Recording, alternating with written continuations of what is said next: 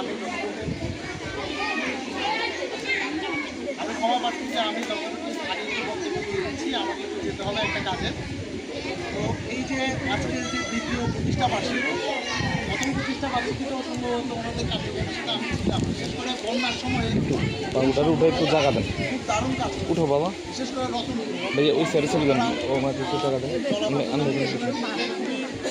ভূমিকা পালন করেছে। একসাথে সকল যুবকদেরকে একই ছাতার নিচে এনে খুব দারুণভাবে খাল পরিষ্কার এবং এছাড়াও অন্যান্য বিভিন্ন ধরনের কাজকর্ম করে থাকে। যেমন হচ্ছে যারা অসুস্থ হয় তাদেরকে আর্থিক সহযোগিতা করে থাকেন। তারপরে আজকের কার্যক্রম দেখলাম ওনারা বিভিন্ন স্কুলের শিক্ষা উপকরণ বিতরণ করবে। তারপর হচ্ছে ওনাদের মাধ্যমে মনে হয় হচ্ছে মহিলাদেরকে ট্রেনিং দেওয়া হয়েছে সেলাইয়ের, সঠিক তো নাকি? এই সেলাইয়ের সঠিকের কারণে যে শিক্ষাটা দেওয়া হয়েছে তাদেরকে সনদ বিতরণ করা হবে। আসলে সমাজে থাকতে হলে সমাজে এই ধরনের কিছু সংগঠন থাকা খুব প্রয়োজন, যার কারণে সমাজের লাইনগুলো বিচ্যুত যাতে না হতে পারে। এই ধরনের সংগঠন যতক্ষণ থাকবে ততক্ষণ পর্যন্ত আমাদের সমাজটা সঠিক থাকবে। আমি এখানে ব্যক্তিগতভাবে অনেক মানুষকে চিনি, যে ভিডিও করতে তো ফয়সাল তো আমি চিনি, ওরা বেশ ভালো কাজ করে। যে জাহাঙ্গীর আলম ওনাদের রিসেন্টলি আমি ওনাদের দপ্তরহাটের একটা প্রোগ্রামে গিয়েছি। ওনারা মাদক এবং হচ্ছে কিশোর গ্যাং সহ এর বাইরেও সামাজিক অনেক বিশেষ করে সমাজে কোনো অপরাধ হলে সেই বিষয়টা সামাজিকভাবে কীভাবে নিষ্পত্তি করা যায় এই কার্যক্রমগুলো ওনারা করে। আর হচ্ছে রুবেল মানবাধিকার, ওনার সাথেও আমি অনেক কাজ করেছি বিভিন্ন বিষয়ে।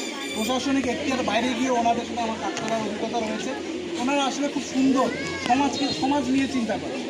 তো আজকের যে বিষয় সেটা হচ্ছে যে নোয়াখালী যুব সমাজ কল্যাণ ফাউন্ডেশন, এটা সরকারি নিবন্ধনযুক্ত না। আজকে আমাদের জাহিদ ভাই এখানে উপস্থিত আছেন, উপজেলা যুব উন্নয়ন কর্মকর্তা।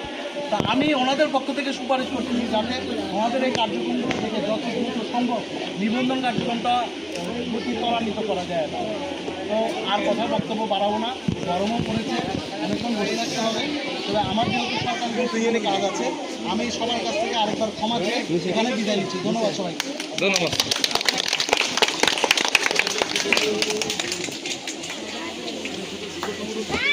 ধন্যবাদ সরকারি কর্মচারী বলুন মহোদয়। এই সংগঠনের নোয়াখালী যুব সমাজ কল্যাণ ফাউন্ডেশন দ্বিতীয় বর্ষ পর্যন্ত উনি অংশগ্রহণ করেছেন, করেছেন, ভালো লাগছে। আমরা এই সংগঠনের মাধ্যমে যুব মহিলাদের একটা সেলাই প্রশিক্ষণ দিয়েছি। অনেক দূর থেকে তাদের ভাতা বিতরণ করিনি, আজকে দিনের অপেক্ষায় আজকে সেই সুযোগটা আসছে এবং মহামান্য প্রধান অতিথির মাধ্যমে আমরা বিতরণ করছি। এটাই আমাদের আনন্দের বিষয়। আমি এখন এই 30 জনের মধ্যে একজনকে ডাকবো, পূর্ণিমা বেগম, তার সার্টিফিকেট এবং প্রশিক্ষণ ভাতা নিয়ে আসবো।